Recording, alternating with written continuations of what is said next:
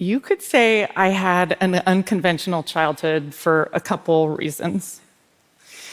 I was born to Jewish avocado and citrus growers in rural Southern California. My dad was a surgeon at our local hospital, and my mom ran the ranch where we sold our fruit commercially, and they rescued donkeys. My early childhood was so beautiful, strange, and very privileged. And you could say that I really had nothing to worry about until I did. When I was 3 and my dad was 42, he was diagnosed with metastatic bone cancer. And he was told he had 6 months to live. He had his right leg amputated, and he went in for chemo and radiation, which in the early 1980s for bone cancer was especially brutal. And then miraculously, he didn't die. First, we got a year, then we got 2, then we got 5, and then we got 7. And then, when I was 11, the cancer came back and stayed for good. We lived between scans. That's how our time was meted out. And we lived with the constant ticking clock of mortality. We all have a clock like this. It's just in my family, we could hear ours all the time. More often than not, one of his scans turned up something. A back tumor here, a neck tumor there, his other knee, and then he would go in for treatment, and then he would come back to us. It was a little bit like a sinister version of the Giving Tree, only he was trading body parts for time with us. And then, as I mentioned, when I was 11, really, he found out this is what was going to kill him, and quickly. And that's when he decided that he was going to teach my brother and I all the skills we would need to know to survive without him. And so while other kids were having play dates after school and riding their bikes, my brother and I were in my dad's version of survival school. And we were learning all kinds of things. How to squish a man's eyeballs out if I was ever attacked. All about the Dewey Decimal System, I don't know why. The role of nitrogen and soil health, member nations of the United Nations, and so much more. He was also doing a lot of things to be present for us after he died. So things like becoming a beekeeper and putting away enough honey that he knew wouldn't spoil so that we would have it for decades. Or planting trees around the ranch that would shade and feed us after he was gone. Or even though I was only 12 at this point, he started a coop of doves and put my brother in charge so that he would let them go at my wedding someday. Throughout it all, I knew he was suffering, and often in terrible pain, even though he really did not like to talk about it. And he always used to say that when he couldn't enjoy life with me, my brother, and my mom, he would die. And I took this at face value until one afternoon when I was 16. I went into their medicine cabinet looking for something, and I found an unmarked pill bottle with dosage instructions. And I just knew. It was a terminal prescription. It was right-to-die medication before it was legal. I wasn't mad. I immediately understood what he had been saying all those years, and that he had a plan, that there was a level of pain and suffering that he wasn't willing to experience. And I didn't say anything to anybody, just put it back and left. And then, 6 months later, we were on the phone, and we got into a terrible fight. It was so stupid. It was about me not wanting to do my college applications. And I was so angry, and I hung up on him without saying goodbye and without saying I loved him. I didn't know it, but he was about to take his medication. And I think when it came down to it, saying goodbye to me was just too impossible. By the time I got home, he was unconscious, and I would never hear his voice again. I dealt with his death by doubling down on the things he wanted for me. I chased academic honors like a drug. I played not one, but two Division I college sports. I wrote a book. I got my PhD.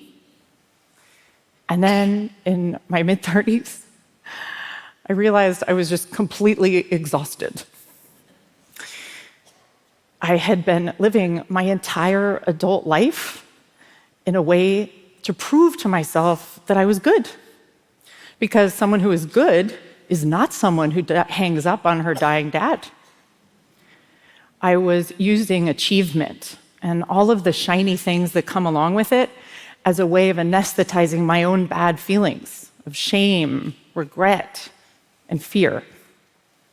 Those feelings were so big, I worried that if I let myself feel them for even a minute, I would never, ever feel anything else again. But you cannot kill negative feelings, sadly, with work and avoidance. And mine came back with a jolt. On the outside, I was successful and thriving. And on the inside, I was anxious, terrified, and questioning my worth. By avoiding all of the negative feelings, I was muting the fantastic ones too. I was so scared about missing out and losing more of the best things in life, joy, awe, love, wonder, that I couldn't even let myself experience them. I needed to find a new way to be. I wanted to find a new way to be. So I did a bunch of stuff. I interviewed a ton of grief specialists and therapists, and I even went out into the wilderness with no food and no tent to do the thing that scared me most, which was to be alone with my own thoughts and feelings and absolutely nothing to distract me from them. I learned I can go about 5 days without eating, about a week without talking to anyone, and forever without checking my phone. But what hit me the hardest was becoming a volunteer at a grief support organization for kids.